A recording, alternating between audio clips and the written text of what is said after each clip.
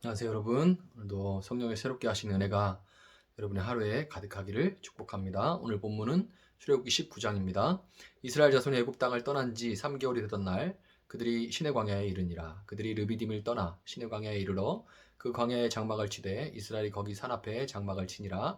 모세가 하나님 앞에 올라가니 여호와께서 산에서 그를 불러 말씀하시되 너는 이같이 야곱의 집에 말하고 이스라엘 자손들에게 말하라. 내가 애굽 사람에게 어떻게 행하였음과 내가 어떻게 독수리 날개로 너희를 업어 내게로 인도하였음을 너희가 보았느니라.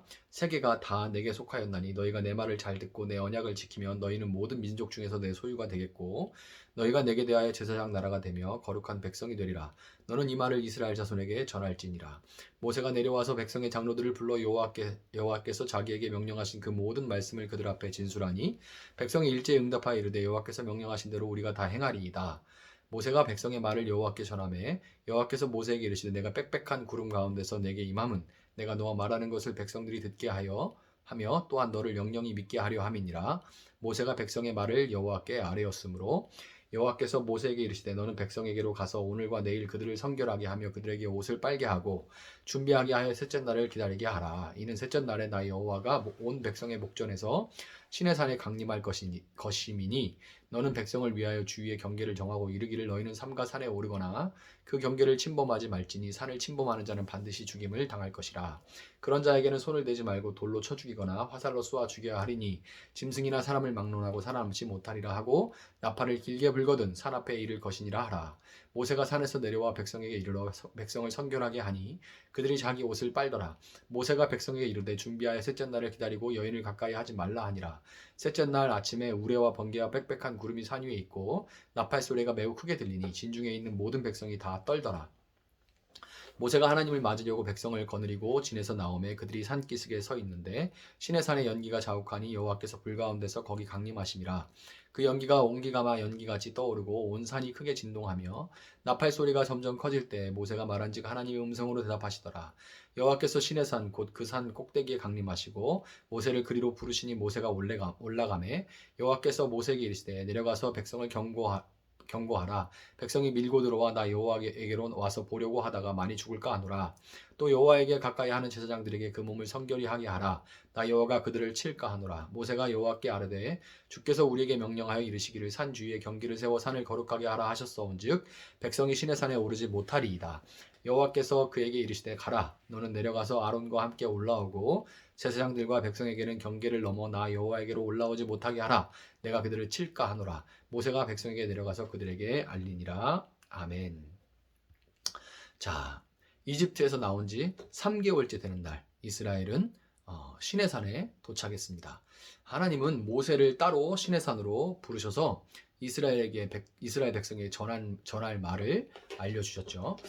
출애굽기 20장에는 그 유명한 십계명이 주어지고요. 그 뒤로도 십계명 뒤로도 제단과 뭐 종에 관한 법, 폭행에 관한 법, 그다음에 그와 같은 이스라엘이 따르고 지켜야 할 법들이 이제 이어서 나오는데요. 그에 앞서 하나님은 모세를 통해서 백성들에게 그 법들을 주시는 목적에 대해서 이 19장에서 알려주신 겁니다. 이제 법들이 쭉 나오는데 그에 앞서서 그 법들을 왜 주시는지 그 목적에 대해서 알려주시는 거예요. 우리는 구원에 대해 생각할 때 주로 죄를 용서받고 영원한 생명을 얻은 하나님의 백성이 되었다는 거에만 집중합니다. 그렇지만 하나님은 구원하신 목적에 더 관심을 갖고 계신데요. 4절을 보면 하나님은 이스라엘을 구원하신 것에 대해서 내가 애굽 사람에게 어떻게 행했고 또 내가 어떻게 독수리 날개로 너희를 업어서 내게로 인도한 줄 너희가 보았느니라 이렇게 말씀을 하십니다.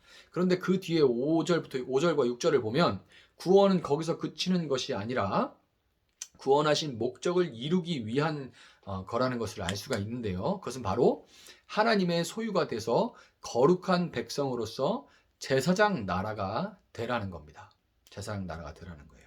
하나님은 굳이 세계가 다 내게 속하였나니 라는 말씀을 하시는데요. 이 말을 받는 이스라엘은 이집트에 임한 10가지 재앙을 통해서 이미 온 세상이 다 하나님의 손 아래에, 강한 손 아래에 있다는 것, 하나님께 속해 있다는 것을 다 알고 있었기 때문에 굳이 세계가 다 내게 속하였나니 라는 말을 하실 필요는 없는 것 같죠. 그럼에도 불구하고 그 말씀을 하신 것은 하나님께 속한 세상이 아담의 범죄 이후에 급속하게 타락해서 스스로 하나님과 같이 되어 각자 자신의 소견에 옳은 대로 살아가면서 전쟁과 피 흘림과 같은 그런 죽음의 권세 아래 고통받고 있는 현실을 변화시키기를 원하시는 그 하나님의 의지를 보여주시는 거예요. 세계가 다 내게 속해 있다. 이렇게 말씀하시면서 하나님은 이스라엘이 거룩함으로 세상에 속하지 않은 하나님의 소유라는 것을 세상에 보여줌으로써 세상과 하나님을 연결하는 중간자의 역할을 맡기시기를 원하셨습니다. 하나님을 떠난 세상은 하나님에게 속해 있는 자들을 통해 드러나는 하나님에게 속해 있는 자들을 통해서 드러나는 그 하나님의 인격과 성품을 경험하지 못하고는 하나님께 돌아올 수 없기 때문이죠. 보이시지 않는 하나님의 그 인격과 성품은 그 하나님에게 속해 있는 사람들을 통해서만 드러날 수밖에 없는 거예요. 이것이 바로 하나님이 이스라엘을 구원하신 목적입니다. 하나님의 인격과 성품이 그대로 녹아져 있는 것이 바로 십계명을 중심으로 하는 율법입니다. 그냥 법만이 아니라 그 법에 하나님의 인격과 성품이 그대로 드러나 있어요. 하나님의 백성들은 율법을 지킴으로써 하나님의 어떠하심과 함께 그 하나님이 공의롭게 다스리시는 하나님의 나라를 증거하는 역할을 감당하게 된 거예요. 율법을 지킴으로 세상과 구별된 하나님의 백성으로서 살아가고 세상과 하나님 사이에 서서 세상에 하나님을 소개할 수 있다 하는 이런 말을 사실 듣는 우리에게 엄청난 부담으로 다가옵니다. 내가 하나님과 사람들 사이에 서 있다고? 그래서 나를 통해 사람들이 하나님을 볼 수밖에 없다고? 세상에 이렇게 되죠. 이게 왜 그러냐면 하나님 율법은 둘째치고 우리는 이 사회법도 제대로 다 지키지 못하고 살고 있기 때문에 그래요. 우리가 법들을 다 온전히 알지 못하는 데다가 특별한 것이 아니고는 단속도 하지 않기 때문에 걸리지 않았을 뿐이지 아마도 법 전문가가 현미경을 가지고 달려들어서 탈탈 털면 먼지 안 나는 사람은 그 법의 그물망 안에 걸리지 않을 사람은 한 사람도 없을 겁니다.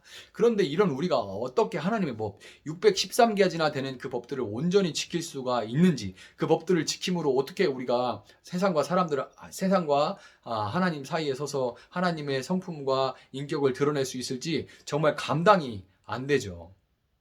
여러분 그래서 우리는 출애굽기 19장 첫 절에 기록된 이스라엘 자손이 애굽 땅을 떠난 지 3개월이 되는 날이라는 구절에 우리가 집중을 해야 됩니다. 출애굽으로부터 3개월 되던 날은 출애굽기 12장 2절에서 하나님께서 6월절을 해 첫 달로 바꾸신 후에 첫 달이 되게 하신 후에 절기상으로 이 출애굽한 지 3개월 되는 이 날이 바로 절기상으로 오순절에 해당합니다. 절기상으로 이 날이 바로 오순절이에요. 여러분 아마 오순절이라고 하면 바로 떠오르는 것이 있을 겁니다. 뭐죠? 오순절 성령 강림이죠. 오순절에 임하신 성령님에 대해서 성령님은 신약에 짠하고 나타났다. 그게 아닙니다. 구약의 에스겔 선지자가 이미 에스겔서 11장 19절에서 이렇게 말합니다. 하나님은 내가 그들에게 한 마음을 주고 그 속에 새 영을 주며 그 몸에서 돌 같은 마음을 제거하고 살처럼 부드러운 마음을 주어 이렇게 하나님 말씀하시죠.